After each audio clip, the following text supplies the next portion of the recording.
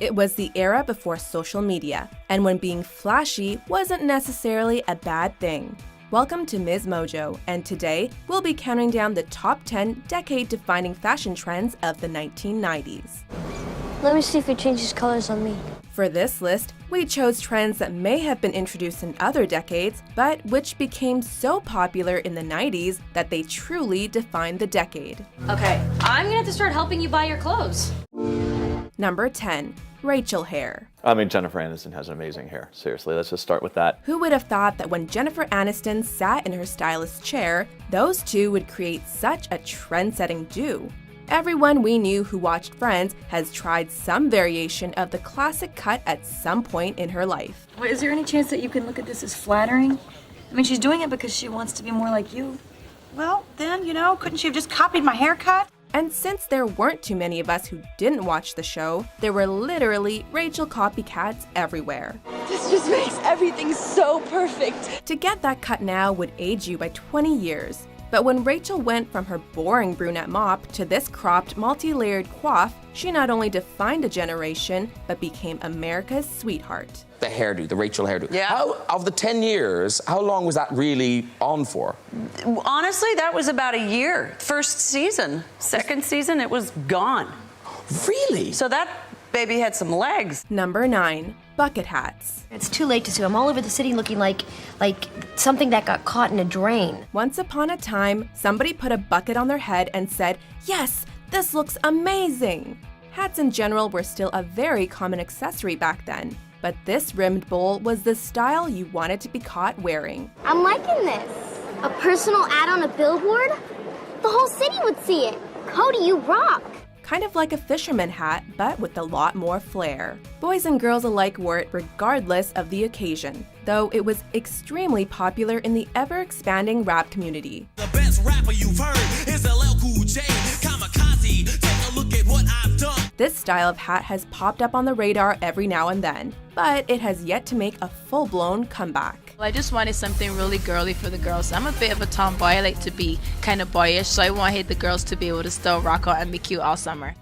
Number 8. Overalls. What are you gonna do? I know what I'm doing. These denim one-pieces designed to hold up your pants weren't always worn by the farming community.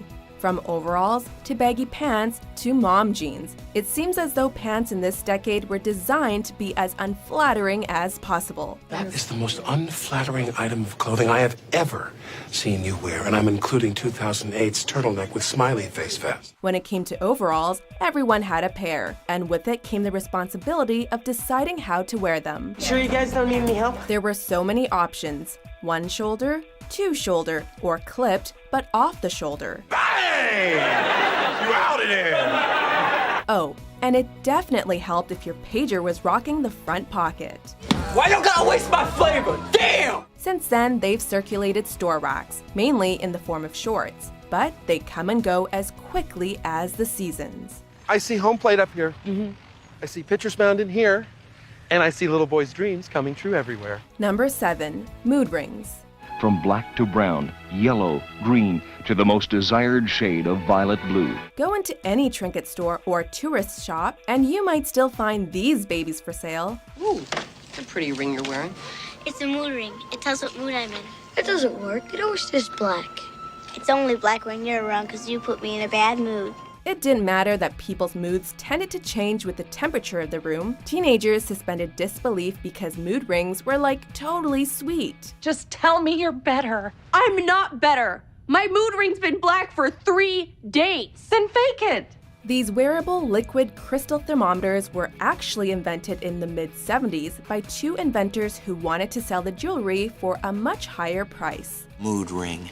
From the self-obsessed 70s when everyone was getting in touch with their feelings. We guess that rich old ladies weren't really sold on the idea, since the rings only became popular when the teen market latched on. Chick from Pennsylvania who wears a mood ring. This isn't just a mood ring. Does it work?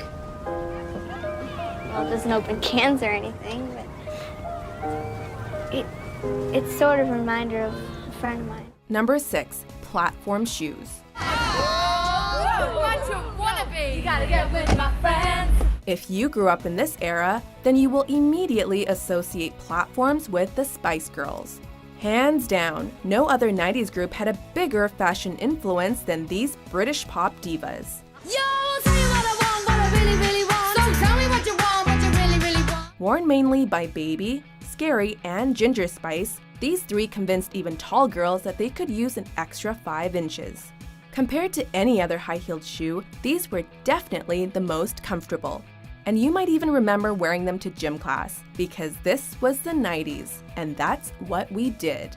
Never mind that each shoe weighed at least a couple of pounds. God! I've been killing myself for 8 days, and I gained a pound! That's impossible.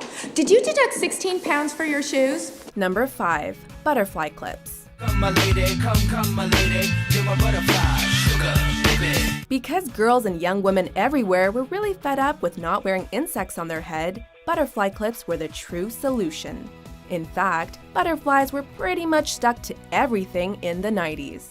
And I bought these butterfly clips so you can use it and clip the braids back. But don't pull. These plastic hair clips were flimsy, broke easily, and held approximately 5 hairs in place. But weren't they so cute and feminine? They could be worn on their own, or with matching butterfly earrings and butterfly body stickers. Eventually, women figured out that it was actually okay to leave their hair alone. But in an era where basically everything needed to be accessorized, butterfly clips were just the tip of the iceberg. We violated Section 12, Paragraph 7 of the Criminal Code. Number 4. Floral clothes. Ty, are you okay? God, shit, that is so embarrassing. In a lot of ways, the hippie lifestyle of the 70s had a major influence on 90s fashion, and one of these was the obsession with flowers. From dresses to jewelry, from daisies to rosebuds, these patterns gave flower power a whole new meaning. We're not saying that the feminine motif was invented in the 90s, but it kind of felt like this was the trend that had a hard time going away, which was fine by most of us. Printed flowers have been around for centuries, which means we'll likely see that style again and again in our lifetime. Number 3. Plaid/flannel shirts. I don't know why, but I think I love you. As ironic as it sounds, the grungy plaid look was as much a fashion trend as it was an antidote to mainstream fashion. Summer school? Those two words don't go together. At the time, wearing a plaid flannel shirt buttoned, unbuttoned, or tied around the waist meant that you were likely part of the scene that glorified not giving a damn. Guys like Kurt Cobain and Eddie Vedder immortalized the trend, which was probably completely unintended. Because the style was usually accompanied by unwashed, uncut hair, ripped jeans, and Converse, it may have gotten a little cleaner, but it never really went away. This is the Gasworks, an excellent heavy metal bar.